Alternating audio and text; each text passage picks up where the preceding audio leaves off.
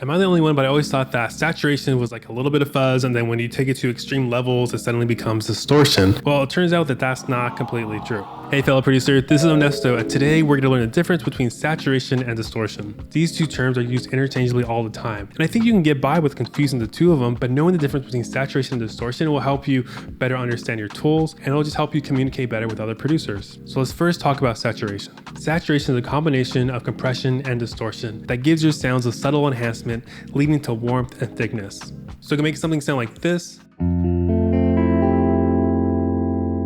and transform it to this.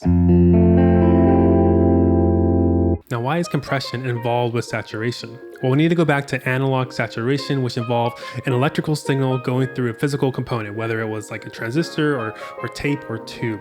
And these physical components, they all had limitations. And when you drive too much of an incoming signal for that component to handle, that thing has to compress the signal, giving you some compression. Now let's talk about distortion. Distortion in itself is whenever you alter the shape of a waveform to give you different tonalities. And there's a lot of ways to distort waveforms. You have harmonic distortion, clipping, bit crushing,